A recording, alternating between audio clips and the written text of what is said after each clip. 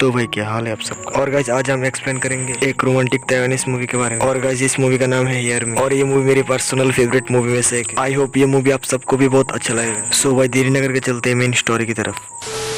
तो guys movie के शुरू में हम देख पाते हैं मूवी का हीरो को। इसका खुद का एक रेस्टोरेंट भी है और ये हर जगह खाना डिलीवरी करता है। और एक दिन खाना डिलीवरी करने के लिए ये एक रिसेप्शन पर जाता है, लेकिन उसको वहाँ पर कोई भी नहीं मिलता। तो वो उसके अंदर जाता है और उसको वहाँ पर एक स्विमिंग पूल दिखता है जहाँ पर बहुत सारे लोग स्विमिंग कर रहे हैं। और वो दिखता है कि दो लड़के आपस में इशारों में बातें कर रहा है और ये जो मूवी का हीरो है उसे भी इशारों में बातें करना आता है और इसलिए ये इन लोगों का बातें सुनकर हंस रहा है। और इसको हंसते हुए देख ये दोनों लड़की भी चौंक जाता है और एक दूसरे से बोलता है कि ये यहाँ पर कहाँ से है। और तभी मूवी का हीरो इशारे में बोलता है कि मैं यहाँ पर खाना डिलीवरी करने के लिए आया हूँ। और तभी उनमें से स्विमिंग ड्रेस वाली लड़की उस लड़के से वो बिल लेता है और अपने बॉस को देने के लिए जाता है। और उसके बाद वो लड़का वहाँ पर मौजूद दूसरे लड़के के साथ बहुत बातें करता रहता है और उसे बोलता है कि तुम ये खाना नहीं खाते हो क्या। और तभी ये लड़की बोलता है कि मैं यहाँ पर अपनी सिस्टर के लिए आता हूँ, उससे अपना स्विमिंग प्रैक्टिस के लिए हेल्प करने की। और हमारा हीरो यहाँ पर बहुत बिजी रहता है इसलिए कोई भी रिप्लाई नहीं देता। और तभी वो लड़की बिल देकर भी आ जाता है। और तभी वो दूसरे लड़के अपनी बहन को बोलता है कि मेरे पास अभी टाइम नहीं है, मुझे अभी जाना पड़ेगा। और जब ये लड़की जा रहा है और तभी वो लड़का दूसरी लड़की से पूछता है कि यह तुम्हारा बड़ी बहन है। और वो लड़की बोलता है कि नहीं नहीं ये तो मेरा छोटा बहन है और उसका नाम है यांग। और हमारे हीरो को ये नाम बहुत अच्छा लगता है। और तभी वो दिखता है कि यांग अपने काम के लिए दौड़ के जा रहा है क्योंकि उसे लेट हो गया है। और ये स्माइल और सब कुछ हमारे हीरो को बहुत अच्छा लगता है। और तभी हम देख पाते हैं कि यांग अपनी स्कूटी लेकर जाने वाला थे और उसको एक साइकिल के साथ एक्सीडेंट हो गया। और तभी हमारा हीरो वहाँ पर आता है और उसका हेल्प करता है और उसकी स्कूटी को पार्किंग पर रख देता है। और तभी हमारा हीरो बोलता है कि यदि तुम्हारा कोई प्रॉब्लम नहीं है तो क्या मैं तुम्हें ड्रॉप कर दूं। और ये सब ये दोनों इशारों में बोल रहे थे और यांग भी हाँ बोल दिया क्योंकि उसके पास अभी जाने के लिए कुछ भी नहीं था। और फाइनली हमारा हीरो यांग को उसको जहाँ जाना था वहाँ पर ड्रॉप कर देता है और यांग उसे थैंक यू भी बोलता है। और हमारा हीरो बोलता है कि थैंक यू की जरूरत नहीं है, कल मैं तुम्हारे लिए एक लंच बॉक्स लाऊंगा। और ये बोलकर हमारा हीरो अपने रेस्टोरेंट पर चले जाता है। और हमारा हीरो बहुत टाइम यांग के साथ थे और इसलिए वो बहुत सारे डिलीवरी भी नहीं दे पाए। और इसलिए उसकी मम्मी गुस्सा होकर उसे बोलता है कि अब ये सारा तुझे खाना पड़ेगा। और ये बोलकर उसे मारने लगता है और ये देखकर उसके पापा हंसने लगते हैं। और तभी हमारा हीरो बोलता है कि मम्मा मैं ये सारे खाना खत्म कर चुका। और तभी उसका मम्मा बोलता है यहाँ पर तो अभी कुछ खाना बचा हुआ है। और तभी हम देख पाते हैं वो खाने को डिलीवरी न करके उसे रास्ते पर बेच रहा है। और ये देखते हैं खाने का सिर्फ एक ही बॉक्स बचा है और ये उसने यांग के लिए रखा था। और देख रहा है लोगों का भी रवि भी बहुत है। और तभी ये बोलते हैं खाना खत्म हो गई आप लोग जाइए। और तभी वहाँ पर एक लड़की थी जो बोल नहीं सकती और वो उस लड़के को इशारे में बोल देता है कि खाना अभी नहीं है। और ये जो एक खाना है उसका बिल किसी ने आगे से ही पे करके रखा है। और इसी साथ वो लड़की भी चली जाती है और वहाँ पर यांग भी आ जाता है और हमारा हीरो यांग के साथ इशारों में बातें करता है।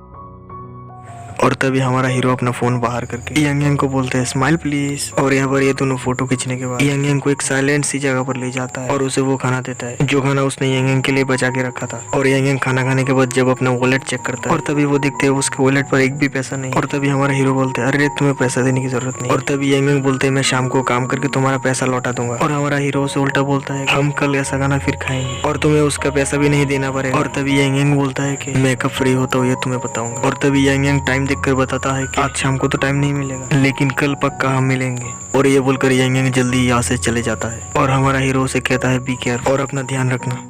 और वहाँ पर हम देख पाते हैं कि हमारा हीरो अपने फोन पर यांग के फोटो देखकर हंस रहा है। और उसका नेक्स्ट डे यांग का बड़ा बहन देखते हैं कि यांग वहाँ पर नहीं आया। और वहाँ पर हमारा हीरो यांग को जहाँ पर जाने के लिए बोला था और वहाँ पर वो जाके देखता है कि यांग एक स्टैचू बनकर खड़ा है और जो उसे पैसा देता है और वो उसे स्माइल करके कुछ न कुछ गिफ्ट देता है। और वहाँ पर हमारा हीरो उसे बातें करने के लिए ट्राई करता है और यांग अपने काम पर बहुत ज्यादा फोकस देता है और इसीलिए वो उसे अभी इग्नोर कर रहा है। और तभी एक लोग आके यांग को कुछ पैसा देता है और तभी यांग थोड़ा डांस करके उसे एक रोज गिफ्ट करता है। और ये आदमी जाते समय अपने हीरो को बोलता है कि तुम भी कुछ पैसा दो तो तब ये तुम्हारे सामने कुछ रिएक्ट करेगा। और कुछ देर बाद थोड़ा थोड़ा अंधेरा हो जाता है और तभी यांग बोलता है कि मैं ये ड्रेस चेंज करके आता हूँ। और उसके बाद ये दोनों मिलकर एक रेस्टोरेंट पर जाते हैं और दूसरी तरफ यांग की बड़ी बहन घर पर अकेले ही खाना लगा के यूं ही सो जाता है। और खाना गर्म होते होते घर में आग लग जाता है और उसके पड़ोसी भी उसको बोल रहे थे बाहर आने के लिए और वो नहीं आया। उसका कारण वो बातें तो नहीं कर सकता था और उसके साथ साथ सुन भी नहीं सकता था। और उसके बाद रेस्क्यू टीम आकर उसे बचाता है और हॉस्पिटल पर एडमिट कर देता है। और उस तरफ यांग और हमारा हीरो खाना खत्म करने के बाद वेटर उसे बिल देने के लिए बोलता है। और तभी यांग बहुत सारे कॉइन बाहर निकल कर गिनने लगता है और ये देखकर सब हैरान रह जाता है और आसपास के सब यांग को घूर घूर कर देख रहा है।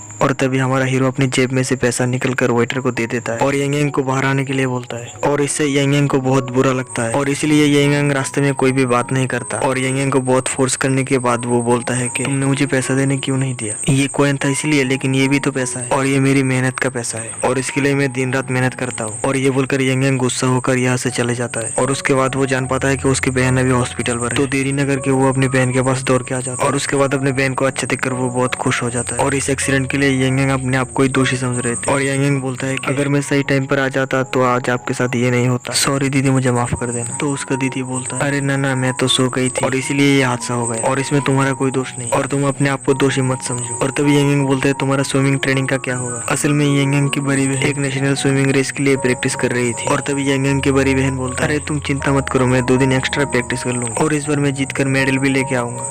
और तभी यंग यंग अपनी बहन के पास जाके सो जाता है और ये सीन बहुत इमोशनल है। और दूसरी तरफ हम देख पाते हैं कि हमारे हीरो को बहुत बुरा लग रहा है कि उसने उसको पैसा देने से रोका। तो उसके बाद हम देख पाते हैं हमारा हीरो उस जगह पर जाता है जहाँ पर उस दिन यंग यंग ने स्टैचू होकर शो किया था और हमारे हीरो को वहाँ पर यंग यंग नहीं मिलता और उसकी जगह हमें दूसरे लड़के को देखने को मिलता है और वो लोगों को उसी तरह इंटरटेन कर रहा है जिस तरह यंग यंग करता था। और अब हमारा हीरो उसे पैसे देकर वहाँ से चले जाता है। और उसके बाद हमारा हीरो का मम्मी पापा जब खाना खा रहे थे तभी उसके पापा उसकी मम्मी को बोलता है देखो हमारे बेटी को क्या हुआ है। और तभी उसका मामा बोलता है ओके मैं उससे कल सुबह बात करूंगा। और उसके बाद उसका पापा जब जा रहे थे तब देखता है कि उसका बेटा उदास होकर बैठा है और खुद को बहुत अकेले फील कर रहा है। तो नेक्स्ट डे सुबह होने के बाद उसका मम्मी उसका पापा से कहता है कि मेरा बेटा कहाँ है। तो बोलता है तुम्हारा बेटा ऊपर रो रहा है, लगता है किसी ने उसका दिल को टुकड़ा टुकड़ा कर दिया है। तो उसके मामा बोलते हैं तुम कुछ भी नहीं जानते हो, मैं देख के आता हूँ कि क्या हुआ। और उसके बाद उसके मामा उसे बोलते है कि तुम नीचे आ जाओ, एक इम्पोर्टेंट काम है। और उसके बाद हमारा हीरो जब नीचे आता है तो उसके मामा उसे बोलते है कि ये डिलीवरी करके आओ। और तभी हम देख पाते हैं उसका पापा उसके मम्मी को बोल रहा है कि उसको कुछ दिया नहीं क्या। और तभी हम देख पाते हैं कि उसका मम्मी उसको एक हेलमेट और कुछ पैसा दे रहा है और बोलता है कि यहाँ पर हम सब संभाल लेंगे और तुम बस जाओ और इसे डिलीवरी और उसके बाद एंजॉय करो। और ये सब हमारे हीरो को कुछ भी नहीं समझ आ रहा है। और उसके बाद वो खाना डिलीवरी करने के बाद खुद को वो बहुत अकेले फील कर रहा था और वहाँ पर बारिश भी आ गया था। और तभी वो यंग के लिए एक गिफ्ट लेके उसके घर पर जाता है और उसको वहाँ पर किसी को भी नहीं दिखाई देता, तो इसलिए वो गिफ्ट को बाहर छोड़कर ही चले जाते हैं। लेकिन घर पर यंग और उसके बहन था और यंग उसको खिड़की से देख रहा था और ये उसका बहन देख लेता है और यंग उसको यहाँ पर जानबूझकर इग्नोर कर रहा था क्योंकि अगर यंग उसके साथ टाइम स्पेंड करेगा तो अपनी बहन को टाइम नहीं दे पाएगा। और उसके बाद यंग वो गिफ्ट लेकर अपने घर पर आता है और उस गिफ्ट को खोलने के बाद एक प्यारा सा बर्ड का टॉय देखकर बहुत खुश हो जाता है। और शाम को जब वो अपनी बहन को लाने के लिए स्विमिंग प्रैक्टिस वाले जगह पर जाता है तो वो देखता है कि उसका बहन स्विमिंग मास्टर के साथ बातें कर रहा है। और उसके बाद टीचर चले जाने पर यंग उसकी बहन को बोलता है कि चलो अब घर चले। और उसका बहन बोलता है कि तुम जाओ, मैं अपने एक दोस्त के साथ कुछ बातें करके आ जाऊंगा। और तब यंग वहाँ से चले जाते हैं और वो घर जाते समय देखता है कि उसके घर के सामने एक नया पेड़ खड़ा है,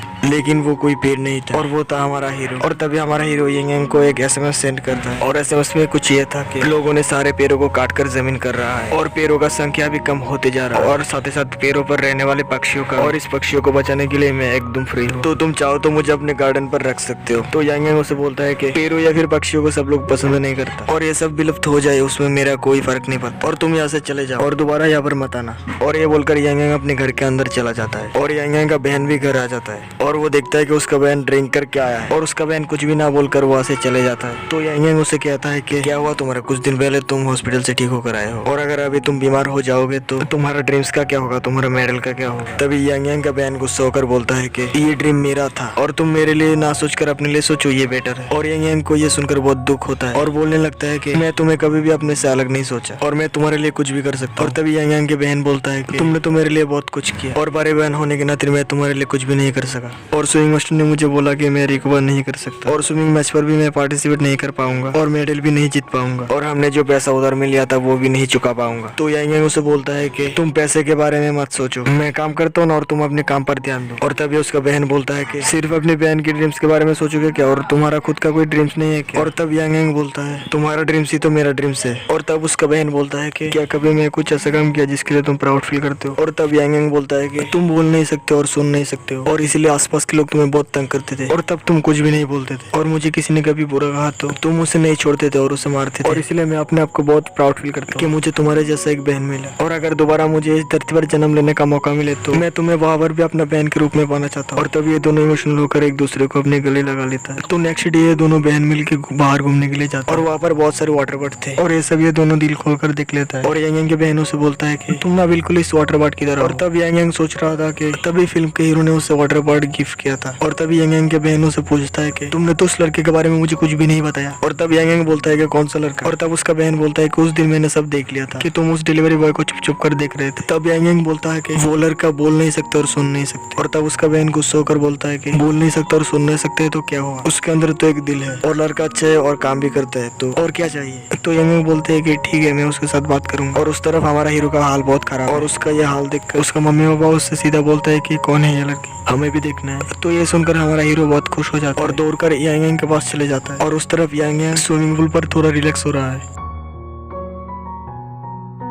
तो यांग यांग जब पानी में से ऊपर आता है तो अपने पीछे में से सुनता है कि मेरा नाम ताइको है और मैं तुमसे बहुत प्यार करता हूँ और मैं तुमसे शादी करना चाहता हूँ। और ये सुनकर यांग यांग अपने पीछे देखता है और ताइको वहाँ पर स्विमिंग पूल पर जंप करता है और वो ऊपर आकर बोलता है कि मैं यहाँ पर इसलिए आया क्योंकि मेरे मम्मी पापा तुम्हें देखना चाहता है। और यांग यांग उसे बोलता है कि किस लिए। तो ताइको उसे बोलता है मुझे पता नहीं, वो लोग शायद तुम्हें कोई काम देगा, तो कल सुबह मैं तुम्हें लेने के लिए आऊंगा और तुम रेडी रहना। तो नेक्स्ट डे ताइको यांग यांग को लेने के लिए उसके घर पर जाता है और उसे लेकर अपने रेस्टोरेंट पर भी आ जाता है। और तभी ताइको के मम्मी और पापा खाते पर कुछ लिखता है क्योंकि उन लोगों को पता है कि यांग यांग बोल भी नहीं सकता और सुन भी नहीं सकता। और यांग यांग को यहाँ पर स्विमिंग पूल पर ये भी पता चल गया था कि ताइको बोल सकते और सुन भी सकता है और असल में यांग यांग बोल भी सकता और सुन भी सकता है, बस वो अपनी बहन के लिए ऐसे इशारों में बातें करता था। और तभी ताइको के मम्मी पापा उसे बोलता है कि हमारा बेटा बहुत अच्छा है और तुम्हारा बहुत ख्याल रखेगा और ये हमारा बहुत प्यारा बेटा है और तुम्हें बहुत पसंद करता है। और ये सब ये लिख के बताता है और उसके बाद बताता है कि क्या तुम मेरे बेटे से शादी करोगे। और ये सब सुनकर ताइको बहुत शर्मा जाता है और तब हम सुन पाते हैं यांग यांग बोल रहा है कि हाँ मैं करूंगा। और ये सुनकर सब हैरान हो जाता है और सब ये बोल रहा है कि ये क्या तुमने बोला। तो यांग यांग बोलता है कि हाँ मैंने बोला। तो ताइको यांग यांग को बोलता है कि तुम बोल सकते हो, तो फिर इतने दिन क्यों नहीं बोला। तो यांग यांग बोलता है कि मैंने जब तुम्हें पहली बार देखा था तो तब तुम इशारों से बातें कर रहा था, तो मुझे लगा था कि तुम बोल नहीं सकते और सुन नहीं सकते, तो बस इसीलिए मैंने तुमसे बातें नहीं किया। और उस दिन जब तुम स्विमिंग पूल पर मुझे कुछ बोलकर स्विमिंग पूल पर जंप किया था और इसलिए मैंने कुछ भी नहीं बोला। और तब ताइको बोलता है कि मैंने भी तुम्हें तुम्हारे दीदी के साथ इशारों में बातें करते हुए देखा था और इसीलिए मैं समझता था कि तुम बोल नहीं सकते और सुन नहीं सकते थे और मैं भी इसीलिए तुम्हारे साथ बातें नहीं किया था। और तब ताइको के मम्मी पापा उसे कहता है तो फिर इतने दिन तुम लोग बातें कैसे करते थे। तो ये दोनों बोलता है कि हम इशारों से बातें करते थे और हम देख पाते हैं कि ये दोनों एक साथ बहुत खुश है। और तब ताइको यांग यांग को बोलता है कि क्या तुम सच में वाटर बार्ड को पसंद नहीं करते। और तब यांग यांग ताइको को गले लगाकर बोलता है मैं उस वाटर बार्ड से भी तुम्हें बहुत पसंद करता हूँ। और उसके बाद ये मूवी यहाँ पर ही खत्म हो जाता है। तो आप लोगों को ये मूवी एक्सप्लेन कैसा लगा कमेंट करके जरूर बताना। और ये मेरा पहला मूवी एक्सप्लेन वीडियो है और मुझे इस चीज का बहुत एक्सपीरियंस भी नहीं है, तो भाई अच्छा लगा तो एक लाइक कर देना और यार चैनल पर नए हो तो चैनल को सब्सक्राइब करके रखना। और गाइस हमारा नेक्स्ट एक्सप्लेन वीडियो आने वाला है हॉरर टाइप का। So guys thanks for watching और मिलते हैं नेक्स्ट वीडियो में, तब तक के लिए बाय बाय।